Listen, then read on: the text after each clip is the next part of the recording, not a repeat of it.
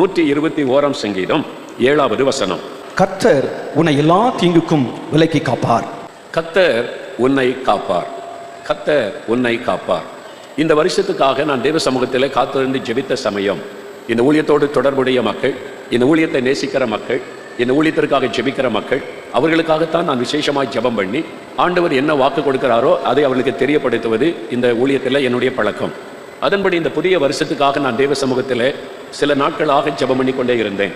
அப்பொழுதுதான் ஆண்டவர் இந்த வார்த்தையை தெளிவாக சொல்லி, நான் காத்து கொள்ளுகிற தேவன், நான் பாதுகாக்கிற தேவன், இதை மக்களுக்கு நீ சொல்ல வேண்டும், அவருடைய பாதுகாப்புக்காக நீ ஜெபம் பண்ண வேண்டும் என்று ஆண்டவர் கட்டளையிட்டார். அதனால தான் இந்த வாக்குத்தத்தம் பாருங்கள், அவர் உங்களை எல்லா தீங்குக்கும் விலக்கி காப்பார். கர்த்தர் உங்களை காக்கிறவர், அவர் நம்மை பாதுகாக்கிற தேவன் என்பதாக வேத வசனம் தெளிவாய் சொல்லுகிறது. இந்த காலம் கடைசி காலம், கொடிதான ஒரு காலம். எங்கும் ஆபத்தான சூழ்நிலைகளை நாம் பார்த்து கொண்டிருக்கிறோம். மனிதனுக்கு பலவிதமான ஆபத்துகள் சூழ்ந்திருப்பதை பார்க்க முடிகிறது. இன்னைக்கு நீங்க பாருங்க, ஒரு பக்கம் இயற்கையினால் உண்டாகிற அழிவுகள், ஒரு பக்கம் புயல் காற்றினால் உண்டாகி வெள்ளங்கள் உண்டாகி சேதங்கள் உண்டாகிறது. மழை இதுவரை இல்லாத அளவிற்கு வானம் திறந்து கொட்டுகிறது, வெள்ளம் உண்டாகி கிராமங்கள் பாதிக்கப்படுகிறது, ஏராளமான மக்கள் பாதிப்புக்குள்ளாக்கப்படுகிறார்கள். இது தமிழ்நாட்டிலே மாத்திரமல்ல, இந்தியாவிலே மாத்திரமல்ல, உலக அளவிலே நாம் அதை பார்க்கிறோம். குளிர் பிரதேசங்களில் பனி பொழிவுகள் அதிகமாகி பனிக்கட்டிகள் பல அடிகள் உயரத்திற்கு உயர்ந்து அந்த நாடுகளிலே காரை வெளியே எடுக்க முடியலை, ரோடுகளிலே பிரயாணப்பட முடியவில்லை. அப்படிப்பட்ட பாதிப்புகள், இப்படி இயற்கையினாலே, கடல் அலைகளினாலே, சீற்றத்தினாலே உண்டாகிற பாதிப்புகள், இப்படி பலவிதமான பாதிப்புகள் இயற்கை நிமித்தமாய் உலகத்திலே காணப்பட்டு கொண்டிருக்கிறது. இந்த சூழ்நிலையில ஆண்டவர் ஒரு வாக்கு கொடுக்கிறார், என் பிள்ளைகளே, நீங்கள் கலங்காதிருங்கள், நான் உங்களை பாதுகாக்கிற தேவன், நான் உங்களை பாதுகாக்கிற தேவன். இன்றைக்கு இந்த பாதுகாப்புக்கு தான் உலகம் அதிகமாய் கவனம் செலுத்துகிறது. எல்லா நாடுகளிலுமே பாருங்க, இன்னைக்கு அதிகமான பணம் எதற்காக செலவு செய்யப்படுகிறது? இராணுவத்திற்கு. அந்தந்த நாட்டை பாதுகாப்பதற்கு நம்ம கொடுக்கக்கூடிய வரி பணத்தில் அதிகமான பணம் இராணுவத்துக்கு தான் செலவு செய்யப்படுகிறது. தேசம் பாதுகாக்கப்பட வேண்டும், மக்கள் பாதுகாக்கப்பட வேண்டும், ஆபத்துகள் சூழ்ந்திருக்கிறது என்று அதுக்கு தான் அதிக பணம் செலவு செய்யப்படுகிறது. அதைத்தான் நாம் இன்றைக்கு பார்க்கிறோம். அப்போ இந்த உலகத்தில் கண்ணுக்கு தெரிகிற ஆபத்துகள் ஒரு பக்கம், கண்ணுக்கு தெரியாத ஆபத்துகள் இன்னொரு பக்கம். மந்திரவாதங்கள், பில்லி சூனியங்கள் ஏராளமாக பெருகி இருக்கிறதை நம்ம பார்க்கிறோம். அது கண்ணுக்கு தெரியாத ஆபத்துகள். எந்த நேரம் எந்த மாதிரி ஆபத்து நம்ம வீட்டுக்குள்ளே நுழையும், எவ்விதமான ஆபத்து நம்மை வந்து தாக்கும், திடீரென்று வரக்கூடிய இந்த பாதிப்பு நம்முடைய நிலை கொலைய பண்ணி விடுகிறது. என்ன செய்வது என்ற கலக்கம். இன்றைக்கு உலக சூழ்நிலை அதுதான். ஆனால் ஆண்டவர் ஒரு வாக்கு தருகிறார், என் பிள்ளைகளே, நீங்கள் பயப்படாதிருங்கள், நான் உங்களை பாதுகாக்கிற தேவன், நான் உங்களை காத்துக்கொள்ளுவேன் என்று ஆண்டவர் வாக்கு கொடுக்கிறார். கர்த்தர் எல்லா தீங்குக்கும் உங்களை விலக்கி காப்பார். நீங்க பாதுகாக்கப்படுவீர்கள். உங்களை சுற்றிலும் எவ்வளவு தீமையான காரியம் நடந்தாலும், எவ்வளவு ஆபத்தான சூழ்நிலைகள் வந்தாலும் நீங்கள் பாதுகாக்கப்படுவீர்கள். இதுதான் ஆண்டவர் நமக்கு கொடுக்கிற வாக்குத்தத்தம். மத்தேயு 24ஆம் அதிகாரத்தில் சொல்லப்பட்ட கடைசி காலத்தில் உண்டாகிற ஆபத்துகள் இன்னைக்கு தீவிரமாய் பெருகி கொண்டிருக்கிறது. இந்த ஆண்டவர் இன்னைக்கு நம்மை பார்த்து சொல்லும் பொழுது என்னென்ன காரியத்திலே நமக்கு பாதுகாப்பு அவசியம். இந்த அதிகாரத்தை 121ஆம் சங்கீதத்தை வாசிக்கும் போது நம்முடைய பாதுகாப்புக்காக தேவன் கொடுத்திருக்கிற வாக்குத்தத்தங்கள் நிறைந்த ஒரு சங்கீதம். அதிலிருந்து ஒரு 3 காரியத்தை நான் சொல்லி ஜெபிக்க போகிறோம். முதலாவது ஆண்டவர் சொல்கிறார் 7வது வசனத்தில், அவர் உன் ஆத்துமாவை காப்பார். முதலாவது ஆண்டவர் ஒரு வாக்கு கொடுக்கிறார், உன் ஆத்துமாவை நான் பாதுகாப்பேன் என்று ஆண்டவர் சொல்கிறார். இந்த உலகத்தில் கிரியை செய்கிற, இந்த தீமைகளை பரவ செய்கிற பொல்லாத பிசாசு முதலாவது நமக்கு விரோதமாய் செயல்படும் போது நம்முடைய ஆத்மாவை தான் அவன் குறி வைக்கிறான். இந்த ஆத்மா நம் கண்களால் பார்க்க முடியாது, ஆனால் நம்ம உணர்ந்து கொள்ள முடியும். நம்முடைய ஆத்மா பாவம் செய்யும் போது அந்த ஆத்மா மரித்து விடும். பாவத்தினாலே ஆத்மா மரித்து விட்டால் சமாதானம் போய்விடும், நிம்மதி போய்விடும். அந்த ஆத்மா தேவனோடு தொடர்பு கொள்ள முடியாதபடியால் எப்பொழுது அந்த ஆத்மாவிலே பயம், கலக்கம், நிம்மதியற்ற நிலைமைதான் காணப்படும். அந்த ஆத்மாவிலே ஒரு கலக்கமும் ஒரு சமாதானமற்ற சூழ்நிலை தான் காணப்படும். அதனால நம்முடைய ஆத்மா காக்கப்பட வேண்டியது ரொம்ப அவசியம். நம்ம மனம் திரும்பி இயேசுவை ஏற்றுக்கொள்ளும் பொழுது நம்முடைய ஆத்மா ரட்சிக்கப்படுகிறது, நம்முடைய ஆத்மா உயிர் பெறுகிறது. மரித்து போன ஆத்மா உயிர் பெறுகிறது. பாவத்தின் சம்பளம் மரணம் என்று வேதம் சொல்லுகிறது. ஒரு மனிதன் பாவம் செய்யும் போது அவருடைய ஆத்மா மரித்து விடும். அப்பொழுது தேவனோடு உள்ள தொடர்பு துண்டிக்கப்படும்.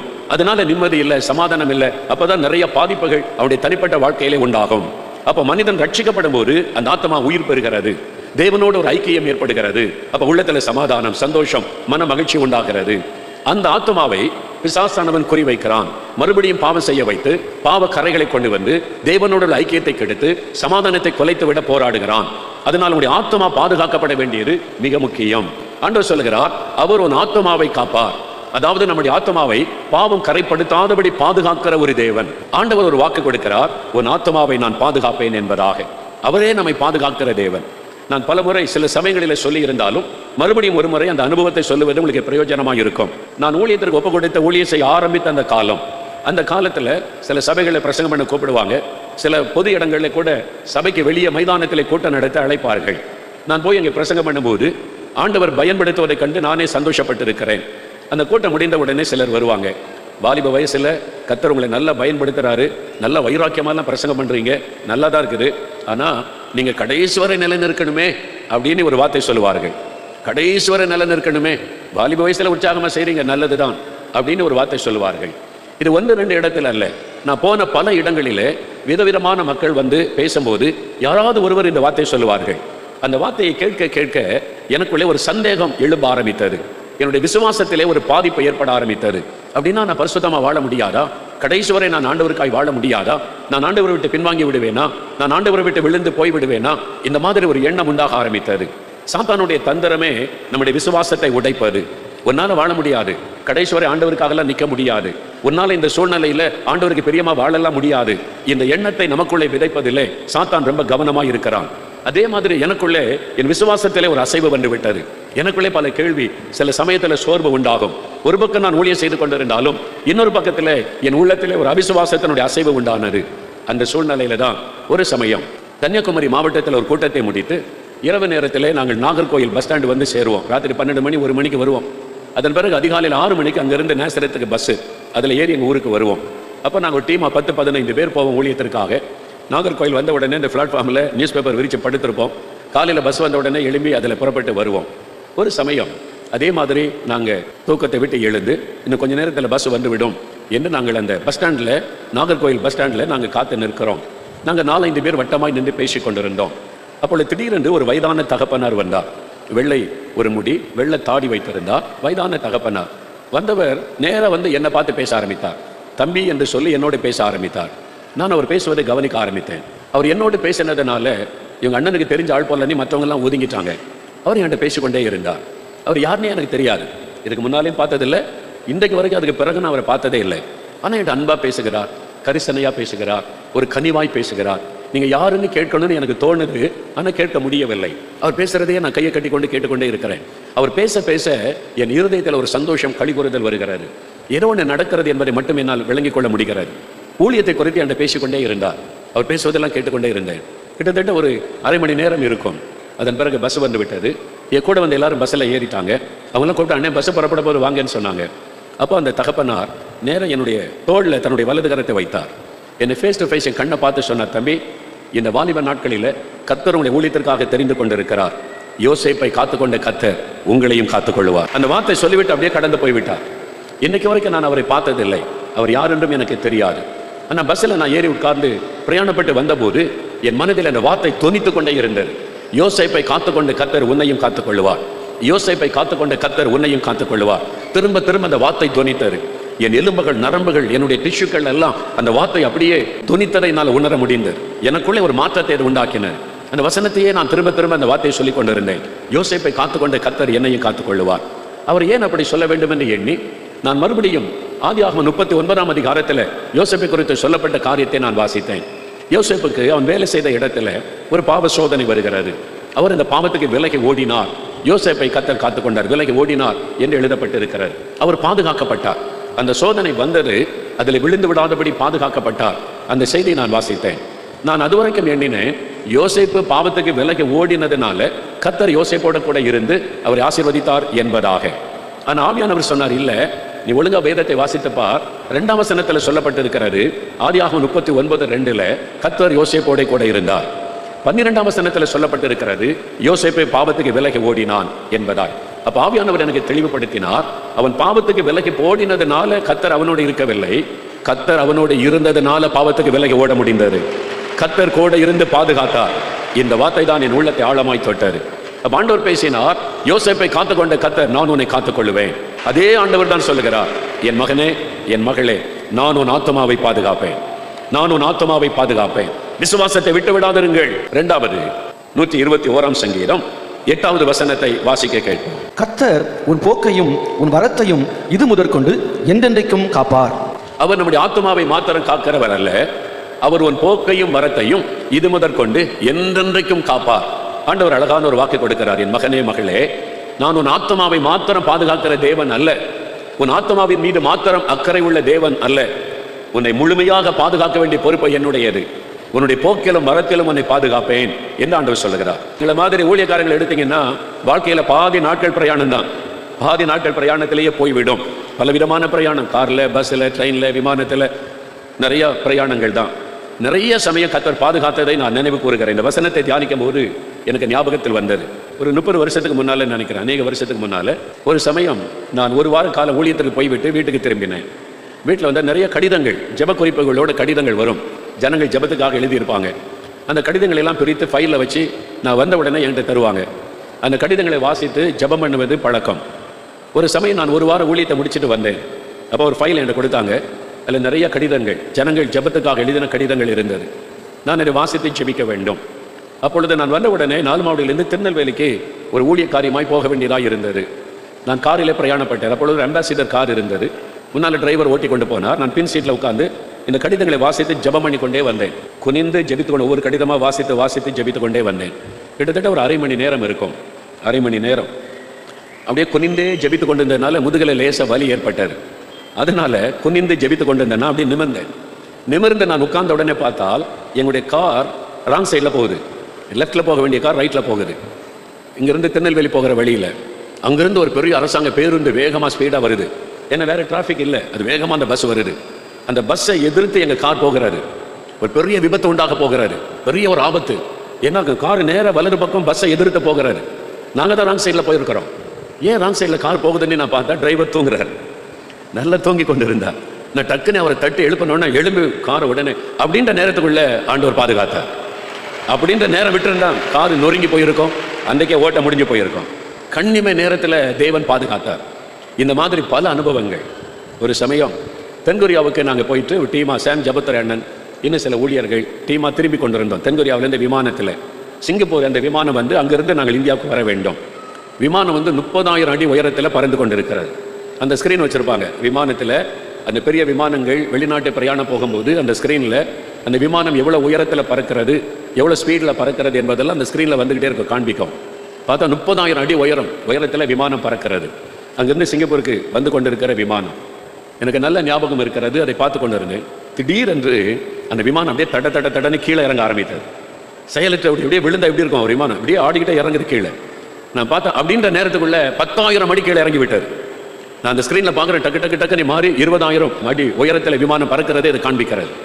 அந்த கொஞ்ச நேரத்தில் விமானத்துக்குள்ள எல்லாருக்குள்ள மரண பயம், இருதயமே வெளியே வந்துட்ட மாதிரி ஒரு உணர்வு. அவ்வளோதான், விமானம் தரை நோக்கி விழுந்து கொண்டு இருக்கிறது. அதை தான் உணர முடிந்தது. ஏன்னா 10,000 அடி தடன்னு இறங்கிச்சு. எல்லாருக்குள்ள ஒரு பயம், எல்லாருக்குள்ள ஜெபம், இருதயமே வெளியே வந்துட்ட மாதிரி இருந்தது. திடீரென்று 20,000 அடி உயரத்தில் விமானம் டக்குன்னு நின்று பறக்க ஆரம்பித்தது. கொஞ்சம் கொஞ்சமாக மேல் எழும்ப ஆரம்பித்தது. நாங்கள்லாம் பேசுறதுக்கே பல நிமிஷம் நேரம் ஆச்சு. இன்னும் கொஞ்சம் நேரம் ஆயிருந்தால் அவ்வளோதான். அந்த மாதிரி ஒரு ஆபத்தான சூழ்நிலை. காரு ரோட்டில் போகிறோம், ஒரு பிரச்சனை வந்தால் ஓரமாக நிறுத்தி சரி பண்ணலாம். விமானம் மேலே பறக்கும்போது சரியில்லைன்னா எங்கே நிறுத்துறது? அவ்வளோதான், அங்கேருந்து நேரம் பரலோகம் போயிடலாம். இந்த மாதிரி ஆபத்துகள் பல முறை வந்திருக்கிறது. ஆண்டவர் கிருபையாய் பாதுகாத்திருக்கிறார். 91 சங்கீதம் 11-12 வசனம் பாருங்கள். கர்த்தர் நம்மை பாதுகாப்பதற்கு தம் தூதர்களுக்கு கட்டளை இடுவார், அவர்கள் நம்மை சூழ பாளையம் இறங்கி நம்மை பாதுகாப்பார்கள் என்று வேதம் சொல்லுகிறது. கண்ணுக்கு தெரியாத தேவ தூதர்கள் எப்பொழுது நம்ம மீது நோக்கமா இருக்கிறாங்க. நம்ம ரட்சிக்கப்பட்டு ஆண்டவருடைய பிள்ளையாய் மாறிவிட்டால் நமக்கு ஒவ்வொருவருக்கும் குறைந்தது 2 தூதர்கள் நியமிக்கப்பட்டிருக்கிறார்கள் என்று வேத அறிஞர்கள் சொல்றாங்க. நீங்க அதை விசுவாசிக்க வேண்டும். எனக்கு ஒரு ஊழிய செய்கிற சகோதரனை தெரியும். அவர் நல்ல உண்மை முத்தமாய் ஊழிய செய்கிற ஒரு சகோதரர். ஒரு ஊழிய ஸ்தாபனத்திலே பணி செய்து கொண்டிருந்தார். ஒரு சமயம் ஒரு பட்டணத்தில் ஒரு ஊழிய வேலைக்காக அவர்களை அனுப்பினார்கள். அவர் வேலையெல்லாம் முடிச்ச பிறகு சாயங்காலம் 3 மணி ஆகிவிட்டது. மதியம் சாப்பிடுவதற்கு பசி ஏற்பட்டதுனால பஸ் ஸ்டாண்டுக்கு ஆப்போசிட் ஒரு ஹோட்டல், அந்த ஹோட்டலில் சாப்பிடலான்னு உள்ளே போனார். ஒரு சிலர் தாங்க இருந்தாங்க. சாயங்காலம் 3 மணி ஆயிட்டதுனால அதிகமான ஆட்கள் இல்லை. ஒரு சிலர் இருந்தாங்க. இவரை உட்கார்ந்தார், அவருக்கு உணவு கேட்டார், வைக்கப்பட்டது. சாப்பிட்டு கொண்டே இருந்தார். திடீரென்று மடமடங்கு ஒரு சத்தம் கேட்டது. என்னதான் சத்தம் கேட்குதுன்னு பார்க்கறதுக்குள்ள அந்த கட்டடம் இடிந்து விழுகிறது. பழைய காலத்து கட்டடம், அது கீறல் விழுந்து இருந்திருக்கிறது. அவங்க செப்பனிடவில் அந்த கட்டடம் இடிந்து விழுகிறது. அவ்வளோதான், அந்த கட்டடத்தில் அகப்பட்டு கொண்ட மரணம். அவர் சொன்னார், யாரோ ஒருத்தர் அவர் கையை பிடித்து இழுத்து கொண்டு வந்து தலை படிச்சு வெளியே தள்ளினாங்களாம். ரோட்ல வந்து அப்படியே நின்றார். யார் என்ன பிடிச்சு தள்ளுனாங்கன்னு திரும்பி பார்த்தா கட்டடம் நொறுங்கி விழுந்தார். அவர் சொன்னார், அண்ணன் ஒரே ஒரு செகண்ட் தான், யாரோ என்னை கையை பிடிச்சு, நான் சாப்பிட்டு கொண்டு இருந்தேன், கையை பிடிச்சு இழுத்து கொண்டு வந்து வெளியே விட்டாங்க, அந்த கட்டடம் இடிந்து விழுந்தார். நான் பார்க்குறேன் யாருமே இல்லை என் பக்கத்தில். அப்போதான் நான் சொன்னேன், தேவதூதன் உங்களுக்குன்னு தேவன் நியமித்திருக்கிற தேவதூதன், உங்களை பாதுகாப்பதற்கு தேவன் வைத்திருக்கிற தேவதூதன். இதான் வேதம் சொல்லுகிறது, நாம் அதை விசுவாசிக்க வேண்டும். மூன்றாவது இன்னொரு வசனம் பாருங்க, மறுபடியும் 7வது வசனம் வாசிங்க. கர்த்தர் உன்னை எல்லா தீங்குக்கும் விலக்கி காப்பார். கர்த்தர் உங்களை எல்லா தீமைக்கும் விலக்கி காப்பார். தீமைகள், அவர் நம்ம ஆத்மாவை காப்பார், போக்குவரத்தில் நம்மை பாதுகாப்பார். அடுத்த வசனம் சொல்லுகிறது, எல்லா தீங்குக்கும் விலக்கி காப்பார். இது தீங்கான நாட்கள், இது கடைசி காலம், தீங்குகள் நிறைந்த ஒரு காலம். யார் தீங்கு செய்வது? யார் நமக்கு தீமை செய்வது? வேதம் சொல்லுகிறது, யோவான் 10ஆம் அதிகாரம் 10ஆம் வசனத்தில், பிசாசாகிய திருடன் திருடவும் கொல்லவும் அழிக்கவும் வருகிறானே என்று வேறு ஒன்றுக்கும் வரான். அந்த பிசாசாகிய தீங்கு செய்கிற அந்த பொல்லாதவன் தான் நமக்கு தீமையான காரியத்தை கொண்டு வருகிறான். வியாதியை கொண்டு வருகிறான், பலவீனத்தை கொண்டு வருகிறான், வியாபாரத்தில் நஷ்டத்தை கொண்டு வருகிறான், குடும்ப சமாதானத்தை கெடுக்க முடியாத காரியத்தை செய்கிறான், உன்னுடைய சமாதானத்தை கெடுக்க, சந்தோஷத்தை கெடுக்க தீமையான காரியத்தை அவன் தீவிரமாய் செய்து கொண்டிருக்கிறான் என்று வேதம் நமக்கு சொல்லுகிறது. அவன் கட்சிக்கிற சிங்கம் போல யாரை விழுங்கலாமோ என்று சுற்றி கொண்டே திரிகிறான். அது ஒரு ரட்சிக்கப்பட்ட பிள்ளைகள், ஆண்டவருடைய பிள்ளைகள், இயேசுவை பின்பற்றக்கூடிய பிள்ளைகள், அவருடைய ஊழியத்தை செய்கிற பிள்ளைகளை குறிவைத்துக் கொண்டு அவன் அலைகிறான். என்ன தீங்கு செய்யலாம், என்ன ஆபத்தை உண்டாக்கலாம், என்ன வியாதியை கொண்டு வரலாம், எப்படி இவர்களுடைய வாழ்க்கையில நஷ்டத்தை, இழப்பை கொண்டு வரலாம் என்று தீமையான காரியத்தை செய்யும்படி சாத்தான் எத்தனித்துக் கொண்டிருக்கிறான். ஏன் தெரியுமா?